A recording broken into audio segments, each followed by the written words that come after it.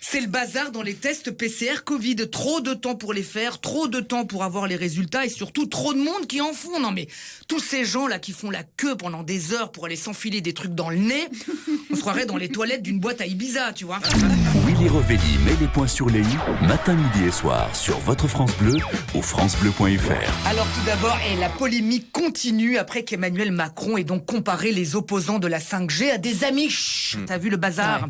Oui alors bon, et s'en prendre à une communauté religieuse intégriste comme les Amish, c'est pas très courageux, hein, tu vois. Bon, voilà, ils vont jamais répondre à Macron, ils savent pas qui c'est. Et se venger sur la France, c'est pas leur genre, hein. Ils savent pas ce que c'est, voilà. Non mais ils sont au courant de rien dans l'actu et dans le monde depuis, un petit peu comme les candidats de la télé-réalité, tu vois, pareil, complètement décrochés. Et puis bon, si vraiment au pire ils veulent commettre un attentat chez nous en guise de représailles parce qu'on s'est foutu d'eux, ils vont faire quoi?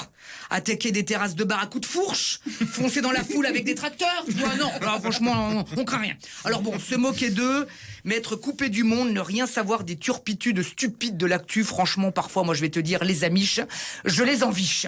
Sinon, t'as vu, c'est le bazar dans les tests PCR Covid. Trop de temps pour les faire, trop de temps pour avoir les résultats et surtout trop de monde qui en font. Non mais tous ces gens-là qui font la queue pendant des heures pour aller s'enfiler des trucs dans le nez, on se croirait dans les toilettes d'une boîte à Ibiza, tu vois. Il y en a, mais tous les 3 jours, ils font un test. Non mais attendez, ils confondent les PCR avec du spritz. C'est pas l'apéro, les gars, hein. C'est pas, Roland, tu me fais un PCR, pastis, coca-rhum, bière. Faut dire qu'en ce moment, tu sais, c'est les seuls rassemblements de plus de 10 personnes autorisés dans ce pays. Alors les gens en profitent, évidemment. De toute façon, il va falloir apprendre à vivre avec le virus. Mais on n'est pas prêt. Il l'a dit, Didier Raoult, hier à la télé.